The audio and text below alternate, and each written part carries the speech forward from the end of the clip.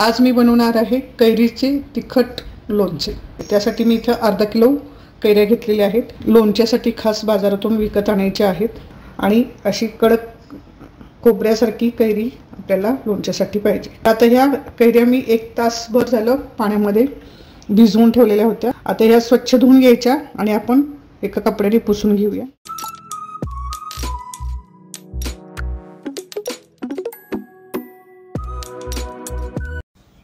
आता ह्या कैरी मी कापून घेणार आहे।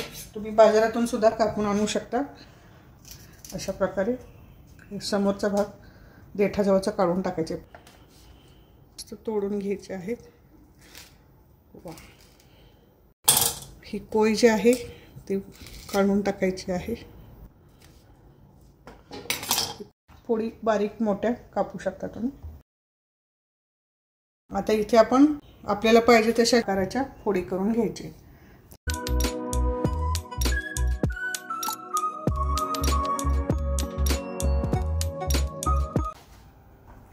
आणि अशाच सर्व कैऱ्या मी कापून एका भांड्यामध्ये आपण काढून घ्यायच्या। सर्व कैऱ्या छान कापून झालेल्या आहेत, तुम्ही बघू शकता। आता ह्या कैऱ्या मी कपड्यावरती घालून घेते आणि 1 तासभर आपण उन्हामध्ये किंवा फॅनच्या हवेखाली छान सुकून घ्यायचे आहेत। छान सुकून झालेले आहेत। आता याच्यामध्ये आपल्याला 1 चमचा सैंधव मीठ मी घालून घेते। 1 चमचा हळद घालून घ्यायचे।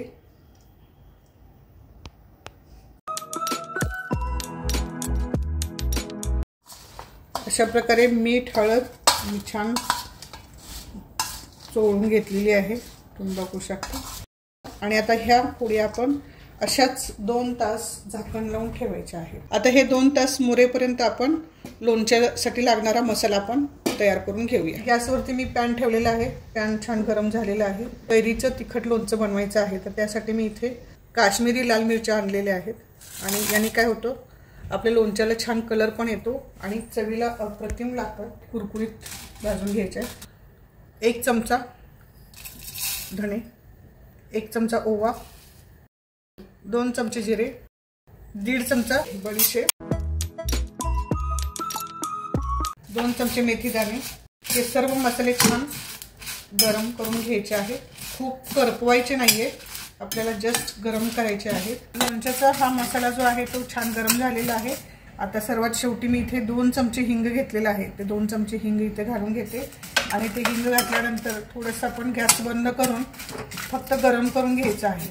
हा पूर्ण मसाला थंड झाल्यानंतर आपण वाटून घेणार आहोत। 100 ग्रॅम मोहरीची पिवळी डाळ इथे घेतलेली आहे। थोडीशी आपण गरम करून घ्यायची आहे, हिला प्रॉपर भाजायचं नाही। यातलं जे मॉइश्चर आहे ते काढून टाकायचं आहे। मोहरीची डाळ छान गरम करून घ्यायची। तर हा मसाला पूर्ण थंड झालेला आहे, तर मिक्सरच्या भांड्यामध्ये घालून घेते मी। आपण मोहरीची डाळ काढून घेऊया आणि अख्खी थोडीशी शिल्लक ठेवणार आहे। सर्व आपण हे दरदरीत बारीक करून घ्यायचं आहे, जास्त बारीक नाही करायचं। मसाला खोलून बघूया आपण। मस्त कलर अप्रतिम आलेला आहे आणि घमघमाट सुटलेला आहे मसाल्यांचा। 2 तास झालेले आहे, आपण खोलून बघूया। हळद मीठ आपण लावून ठेवलेलं होतं।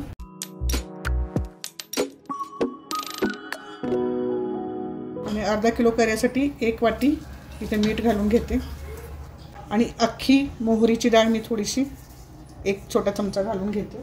तिखट 1 वाटी, पाव वाटी हळद घालून घ्यायचे। थोडीशी आपण हळद सुरुवातीला घातलेली आहे। हा वाटलेला मसाला या पोळींमध्ये मी घालून घेते।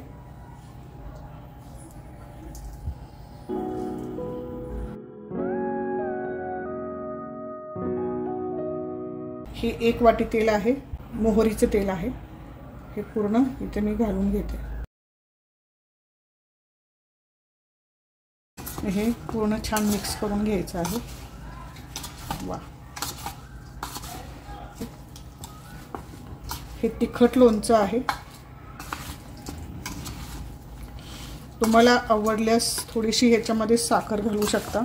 साखरेमुळे लोणच्याचा जो कलर असतो तो तसाच राहतो, छान मिक्स केलेलं आहे. आता हे आपण बरणीमध्ये भरून घेऊया. ही काचेची किंवा चिनी मातीची बरणी तयार करून ठेवायची आहे. तर तयार करण्यासाठी काय स्वच्छ धुवायची आहे. धुवून झाल्यानंतर आपण ही बरणी आतून उन्हामध्ये चांगली छान कोरडी करून घ्यायची आहे. तर सर्व वस्तू आपण स्वच्छ गरम करून घ्यायच्या आहेत.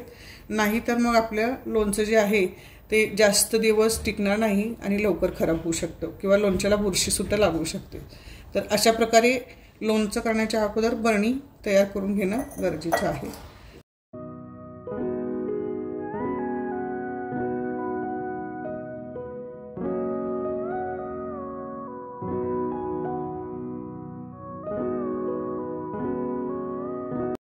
कैरीचे तिखट लोणचे ही रेसिपी माझी तयार आहे. 15 दिवसांनी हे लोणचं तयार होतं. 15 दिवसांनी तुम्ही ह्या लोणच्याचा आस्वाद घेऊ शकता. तिखट, थोडंसं आंबट आणि गोड असं हे लोणचं चवीला लागणार आहे. 1-2 वर्ष छान टिकतं. कैरीचं तिखट लोणचं ही रेसिपी माझी तयार आहे. तर 15 दिवसांनी अतिशय छान मुरलेलं आहे लोणचं.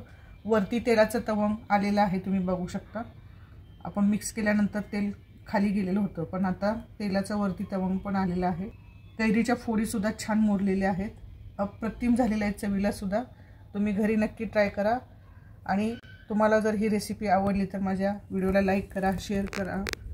कमेंटमध्ये मला जरूर लिहा तुम्हाला कशी वाटली ते. तसेच जे माझ्या चॅनलवरती नवीन आहेत त्यांनी माझ्या चॅनलला सबस्क्राईब करायला विसरू नका.